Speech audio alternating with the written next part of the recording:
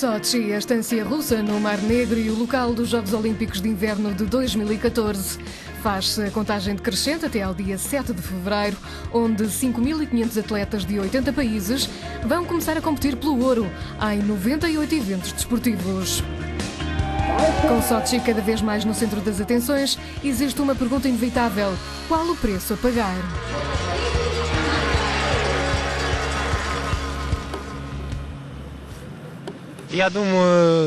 Não acho que o dinheiro seja importante. O mais importante é que a Rússia vai mostrar-se como um país europeu moderno que pode receber este tipo de eventos.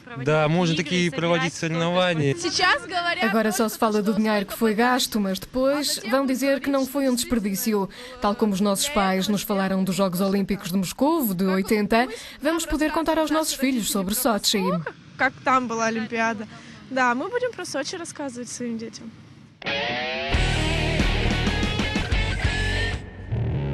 A próxima geração russa vai então ouvir falar dos 37 mil milhões de euros gastos para encenar estas Olimpíadas.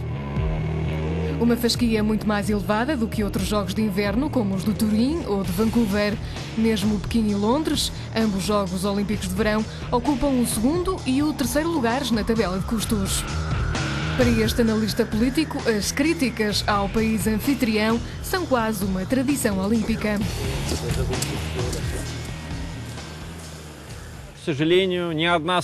Nunca nenhum país conseguiu manter os custos dos jogos no valor inicialmente planeado.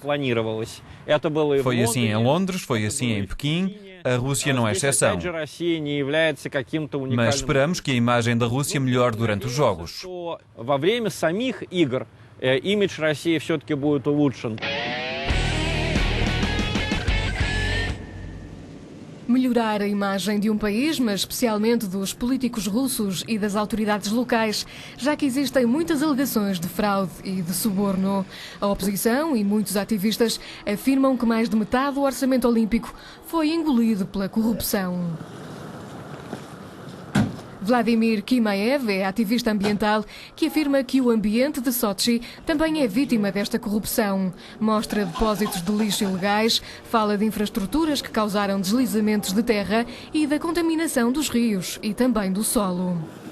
Documenta.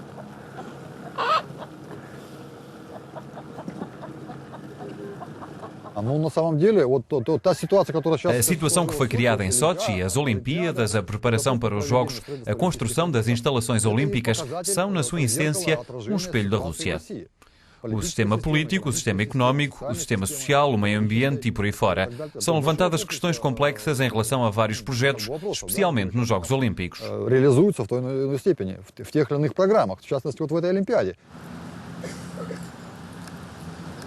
Andrei Martinov é um dos 2.000 proprietários de Sochi desalojados devido às construções para os Jogos Olímpicos.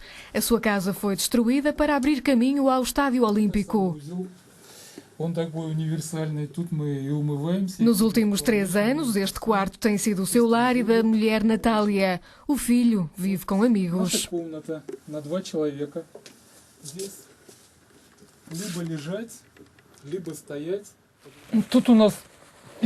Aqui estão os papéis para a casa e da comunicação entre nós, o Ministério Público e a Administração e os presidentes. Estes papéis pedem a ajuda da administração. A Comissão veio e declarou que todas as construções, como a nossa, eram ilegais. Em vez de nos ajudar, emitiram uma ordem do Tribunal para destruir a nossa casa. Quando era novo, joguei hóquei e ganhei campeonatos. Hoje, o hóquei e os Jogos Olímpicos levaram tudo. Desalojaram a nossa família. A Олимпиада лишила всего. Из нашей семьи сделали бомжей.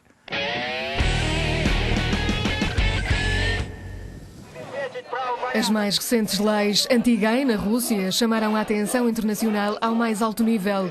Levantaram-se questões sobre o abuso dos direitos humanos contra a comunidade homossexual, o que levou a que os Estados Unidos e muitos chefes de Estado europeus não participem na cerimónia de abertura de Sochi.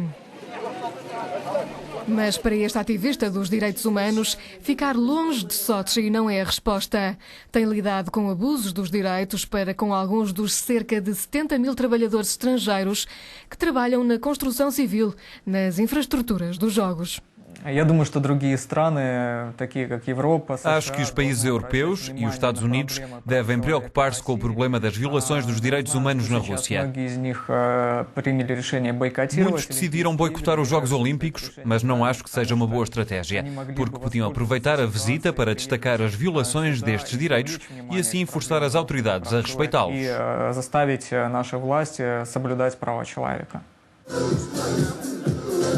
Este clube noturno tem atraído a atenção mediática. É o único clube gay em Sochi, onde os heterossexuais são naturalmente bem-vindos. Todas as noites há espetáculos onde os drag queens também sobem ao palco.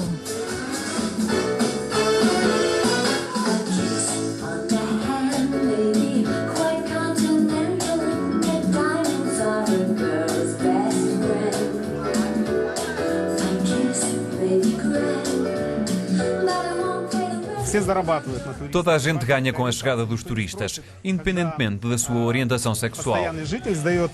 Por exemplo, se um residente de Sochi quer alugar um apartamento a 2 homens, ninguém lhes vai perguntar se são um casal gay ou não. Alugam-lhes o quarto sem ir mais longe.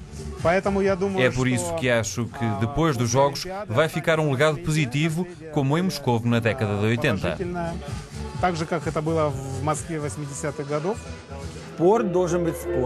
Desporto é desporto e política é política. Não se devem misturar as duas coisas.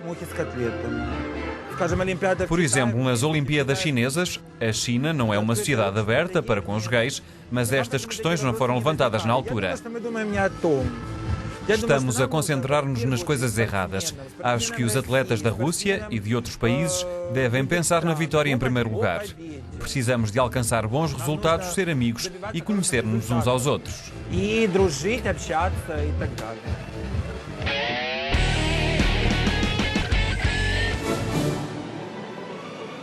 Mas separar o desporto da política nunca foi fácil, principalmente para Vladimir Putin. A pretensão de transformar Sochi num resort mundial para uma nova Rússia e para o resto do mundo entrou em conflito com o aumento da repressão aos dissidentes e com as leis anti-gay.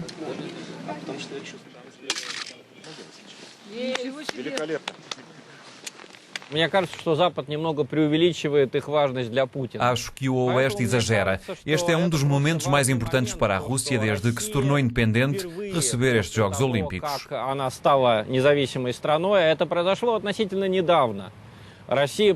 Em 1980, quando a URSS sediou os Jogos Olímpicos de Verão, pareceu uma grande conquista.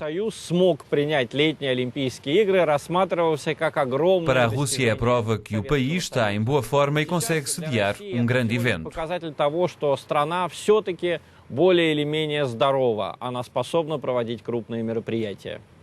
Com a aproximação da cerimónia de abertura, as expectativas são altas, tanto as políticas como as financeiras.